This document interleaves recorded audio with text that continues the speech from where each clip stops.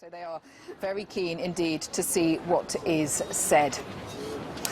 Well, just before we spoke to those two young voters there, we were listening to David Cameron, who'd come out of number 10 and made a statement, 5-minute or so statement to journalists there, particularly talking about these being dangerous times, talking about, as he sees it, Britain is much safer within Europe, and reminding voters that the decision that is made on Thursday in the ballot box is irreversible. He said there will be no going back. And you will know, I'm sure, if you've been following all of this morning, that his former advisor, one of his former advisors, Steve Hilton, has been talking a lot about this referendum this morning. He had a lot to say, particularly in relation to immigration figures. So let's talk to Steve Hilton now, who joins me from our studios in Westminster.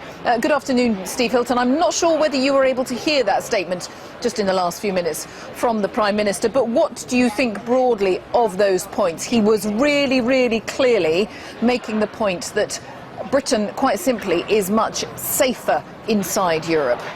I did hear it, Jane. It was very interesting, actually, and rather an amazing thing to hear, because what you just saw from the Prime Minister was an admission that they've lost the economic argument, they've lost the argument on immigration, and so he's being wheeled out by rather panicky spin doctors, it seems to me, to try and change the subject. There was nothing new in what he said, and the argument overall is that we should be a self-governing country where the government that people in this country elect controls the things that matter to people's lives, and that's why we need to leave the EU, and that's the argument, I'm afraid, that they're losing, and that's why you saw that rather weird statement from the Prime Minister just now. I mean, was he wheeled out, to use your phrase, precisely as a response to what you have been talking about, the fact that your contention is that he was told 4 years ago that the figure that he has put on migration simply is not achievable?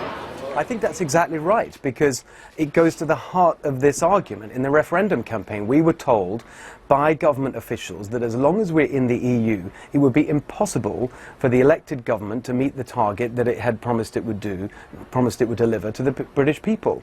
And that goes to the heart of the sense that if we don't leave the EU, you will never have a situation where the British government actually controls things like immigration and other economic issues like rules about employment and how we help businesses. All those things end up being a horse trading negotiation with 27 other countries.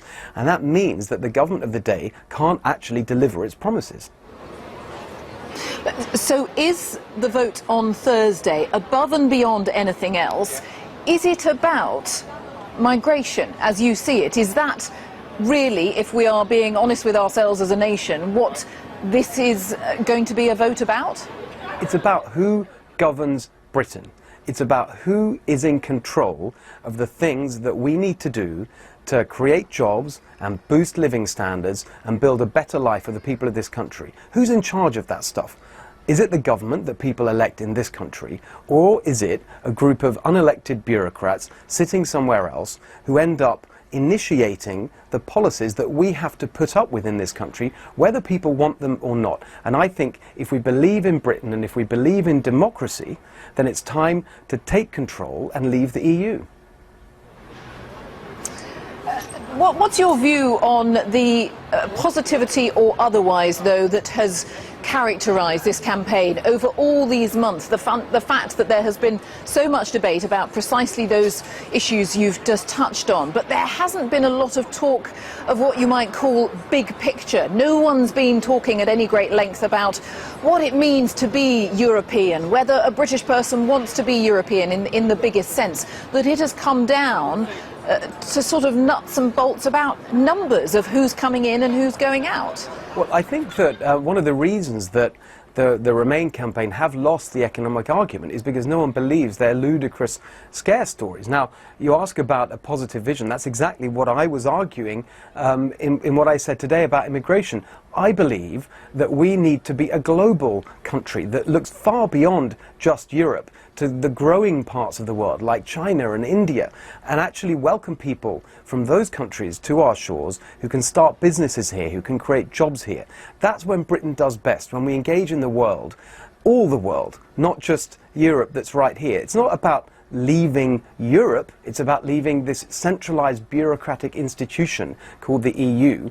And that's why I think it's in the end about all of the issues, but fundamentally the one that underlies them is this notion of control and democracy, and how do we actually take control of our destiny so that we can engage in the world in a way that benefits everyone in this country. And you worked very closely with David Cameron for quite a long time. Did you have these sort of conversations? Did you have that sort of debate when you were one of his advisors? Was this never a thorn between you? Yeah, absolutely. I don't think there's anyone at all who worked with me in government or before we entered government in 2010 that would be at all surprised by the things that I'm saying. I've always believed that the best way to create jobs, to boost living standards, to improve public services, to improve the lives of people, is to put power directly in their hands, to give people control over the things that matter to them.